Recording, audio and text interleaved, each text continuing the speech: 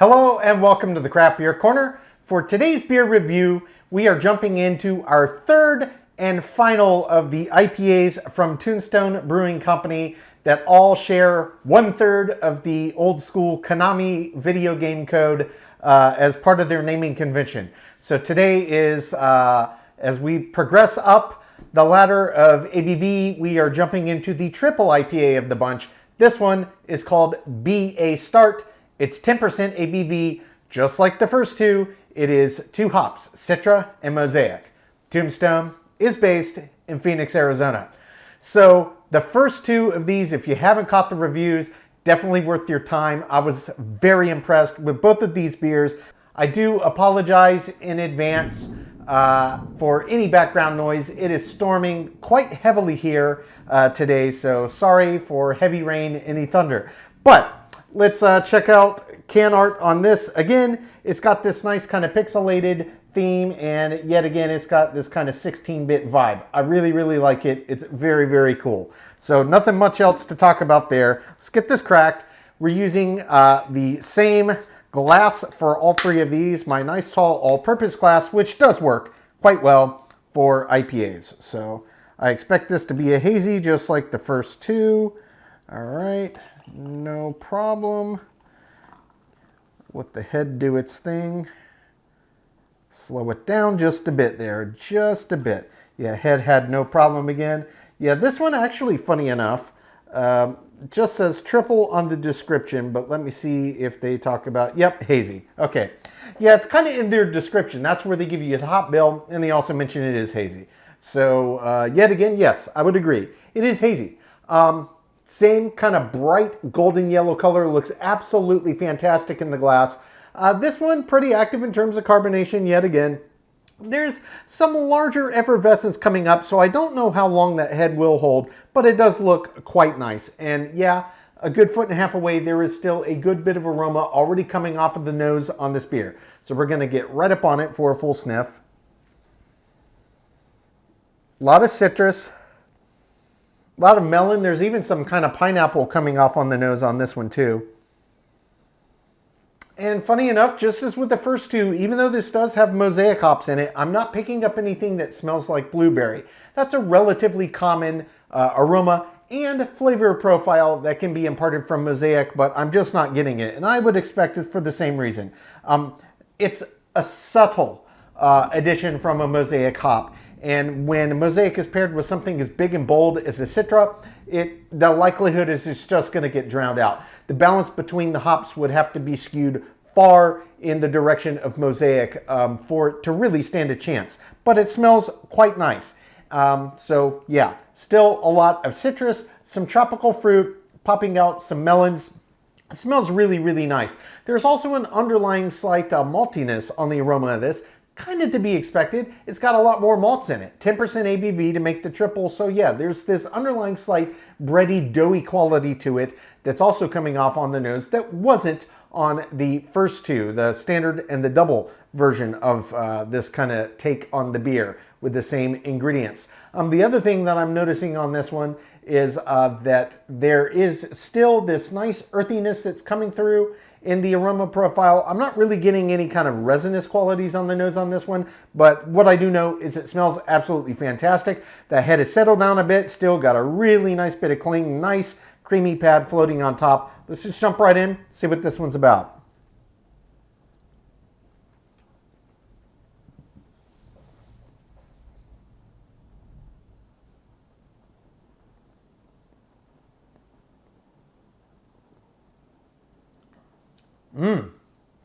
Yeah. Oh yeah. This is a really impressive beer. All three of these, just extremely, extremely well crafted hazy IPAs, all individually in their own right. Yes, they do share a lot of commonalities, but they are all distinctly different. First thing I can say on this one, 10% ABV, the higher ABV, I will start with the body and the mouthfeel. The body on this feels really nice and robust. It's 10%, it feels like it. This is a nice, weighty, medium, heavy body. It's got the right weight behind it. Spot on, exactly what I was expecting. Mouthfeel, Same thing here. It's got the right amount of resistance, just as with the first two that we reviewed. This one is quite silky, quite creamy, quite velvety when you agitate around the palate. So texturally, it's very nice, and it's got the right resistance that pairs perfectly with that weighty body. It feels the part. It feels like a 10% ABV. Second thing I can tell you is, if I really enjoyed the first one, and I was incredibly impressed on the second one, if anything, I am more so still impressed by this third version of this beer. It just, for my money, has gotten progressively better as we've gone up in ABV and in hierarchy of IPA substyles. This is not typically the case, and it's one of the reasons I'm really, really impressed by these IPAs from Tombstone. I absolutely love it. So we talked body, we talked mouthfeel, let's talk flavor profile. First thing you get on this is this nice big burst of citrus up front. That was pretty much the case on the first two as well. On here, it's a little less mix of 4 or 5 different citrus that pops out. It's much more a combination of 2 specifically that I'm getting flavor-wise on this. It's grapefruit, and specifically ruby red grapefruit in tandem with like this orange tangerine kind of vibe. That's the citrus that's coming through. It's a little bit of a juice vibe, but in this one, it's much more citrus oil and rind kind of quality or zest. So there is that flavor, but it's taking a little bit more of a earthy and bitter kind of side to the citrus vibe that's coming out.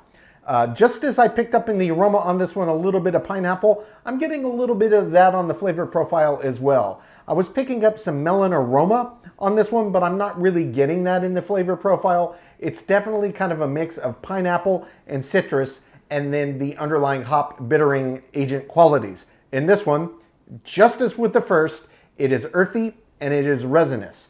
And on this one, the resinous quality side of the bitters on these are actually taking on a little bit of a pine note, like you would find in, say, a big West Coast style IPA. Pretty common, but this is nice. And if I enjoyed the first one, and I thought the second one was just absolutely incredible, especially for the reason that it was so bitter forward, which is rare on a double, this trumps that still. It is exceptionally an outlier for you to get a triple IPA, an IPA clocking at 10% that has this big of a bitter forward profile. It's one of the reasons I don't normally buy them for my own drinking pleasure, but these have progressively just absolutely blown me away with how they're built. And it's not like the bitters overwhelm everything else. These clearly, and especially using Citra and Mosaic, were built to be big flavor and aroma forward IPAs, and they are. It is a hazy after all, but they really did a great job extracting the alphas to let the bitter profile come through and have its own voice as well. And it, for my money, is making the beer all the better for it, because you get everything you would normally get in a hazy, but then you get some additional experience in each sip. So we're going to jump back in, second sip, let everything re-intensify, really pick apart this flavor profile, see if anything new pops out. Then we're going to talk about this finish. But yet again, I absolutely love it. These are all home run IPAs. Oh, man, so good.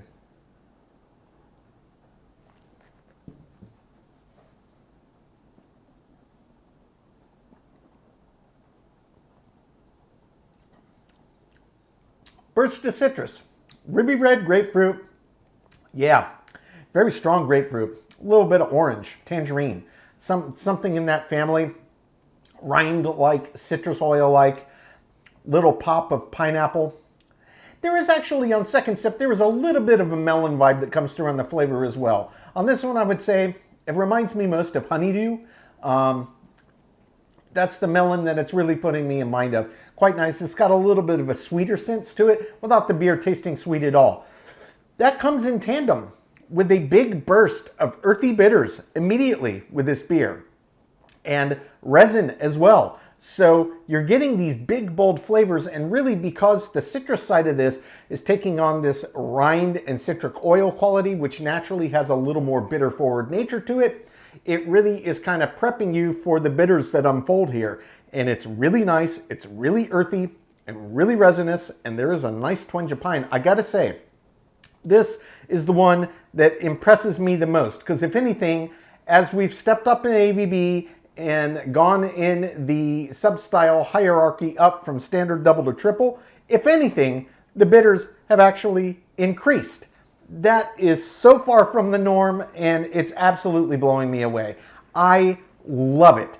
So you're getting tons and tons of flavor up front, tons and tons of aroma up front. There's a lot of nuances. They open up and kind of intermingle, and then you're hit with this bittering that just slowly increases over time.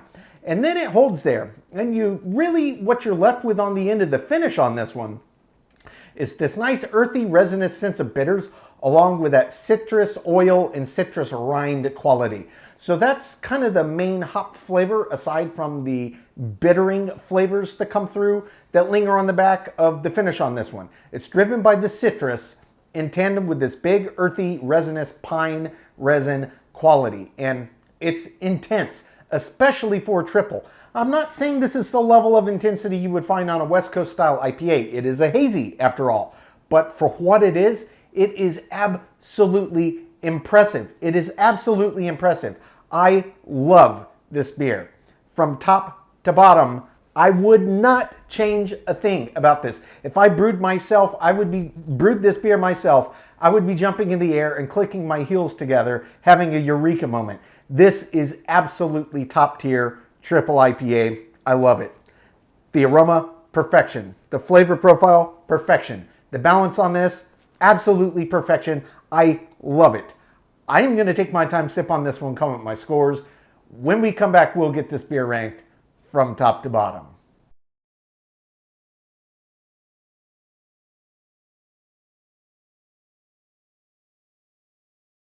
All right, now that we've gotten to enjoy this beer, we're going to get it ranked.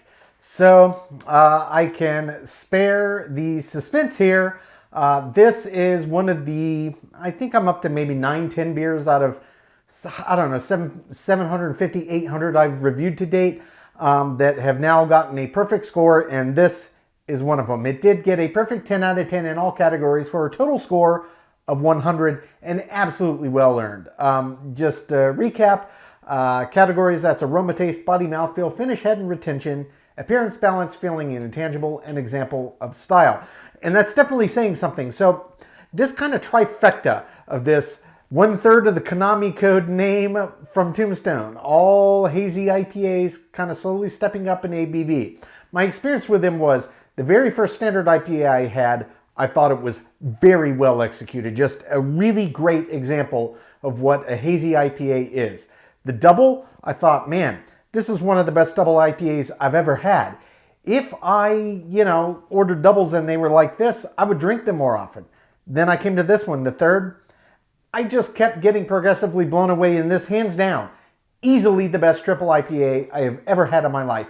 And that it's a hazy on top of it makes it all the more impressive. So, what they did with this, they took the same recipe, the same ingredients, the same hop bill, and they just added a little more malts, to boost the ABV up, as they tiered up from standard to double to triple. That was the whole shtick behind this beer, and it absolutely worked.